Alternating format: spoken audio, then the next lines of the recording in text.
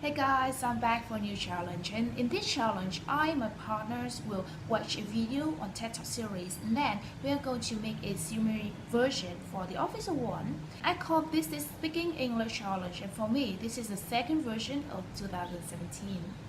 Obviously, today I'm going to make the first summary version for Body Language May Shape Who You Are by Amy Cuddy. Firstly, I would like to talk a bit about Amy Cuddy. Amy Cuddy is a lecturer, a social psychologist at Harvard University, and she is the author of Presence. A book tells you what people think about you after 2 minutes at the first time they meet you. She is really amazing, right? But what she appears are even better.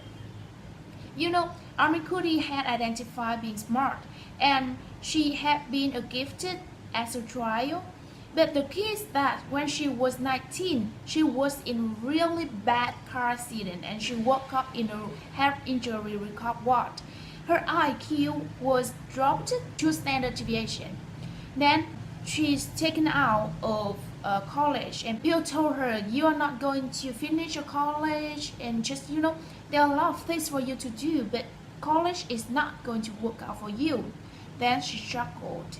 Of course, she tried her best. She worked and worked and got lucky and worked and got lucky and worked and got work and got lucky. Then she became a lecturer, a social psychologist at Harvard University. And what she shared at TED Talk show is nonverbals. Here's body language can shape who you are and can change significantly about your life. So I got divide this into two parts. The first one, I'm going to talk about people make squippy judgments and inferences by body language. And the second one is that you may know your minds can change your bodies, but is it also true that our bodies can change our minds? So let's go through each part. Amy Cuddy confirmed that people make squippy judgments and inferences by body language, and those judgments can predict really meaningful the outcomes, like who we hire or promote, who we ask out on a date.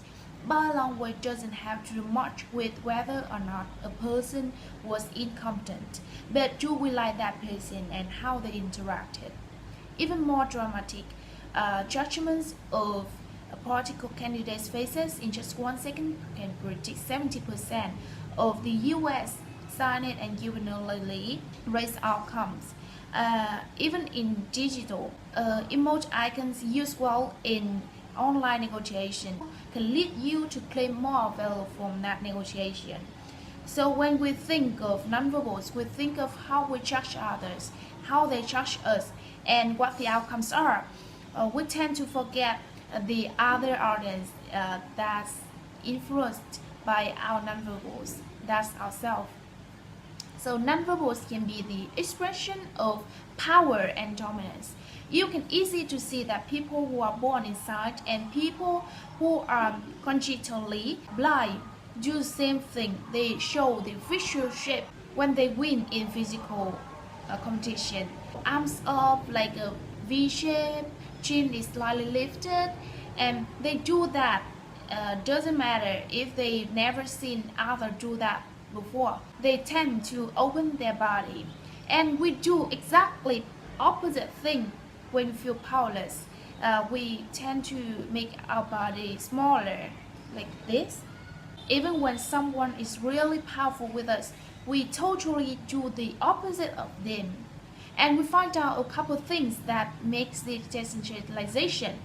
The first one is that it seems to be related to gender. So women are much more likely to do the powerless posture than men.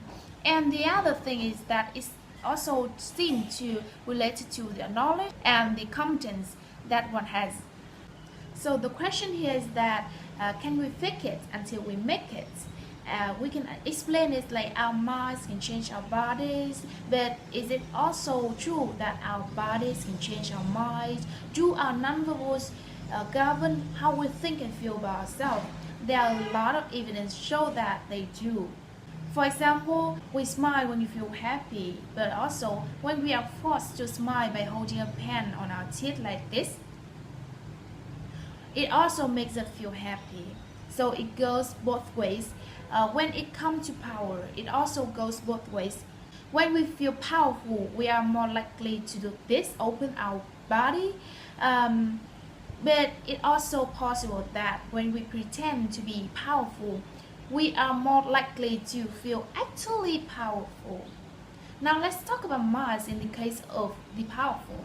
Minds are everything about thoughts and feelings and physiological things that make up our thoughts and feelings. And the physiological things that I want to mention here is hormones. You can see there are a lot of differences between powerful people and powerless people. I'm going to show you in the table that I attached here. Physiologically, there are also differences on two key hormones. The first one is testosterone, the dominant hormone, and the other is cortisol, the stress hormone. To prove this hypothesis, our researchers ran a little experiment. They brought a bunch of people in the lab, then divided them into two groups. Then those people adapted for 2 minutes. The first group, they needed to make high powerful poses, and the second group, they need to make low power poses. Then the researcher gave them an opportunity to gamble, and here's the result. There are 86% of high power pose people won in the gamble, and there are only 60% of low power pose people won in the gamble. Now let's freak it out with the hormones. There are 20% increase of testosterone in high power pose people, and this number is 10% decrease of testosterone in low power pose people. And about cortisol, there are 25% decrease of cortisol in high power pose people, and this number stops at 15% increase in low power pose. So over 2 minutes and some change of your posture can lead you to the hormone changes that configure your brain to basically be either positive, comfortable, confident, or being really stress reactive and feeling sort of shut down. So it seems that our nonverbals do govern how we think and feel about ourselves, right? And it's not just about others, it's also about ourselves. And our bodies can totally change our minds. From Amy Cuddy, you must never think that I'm not supposed to be here.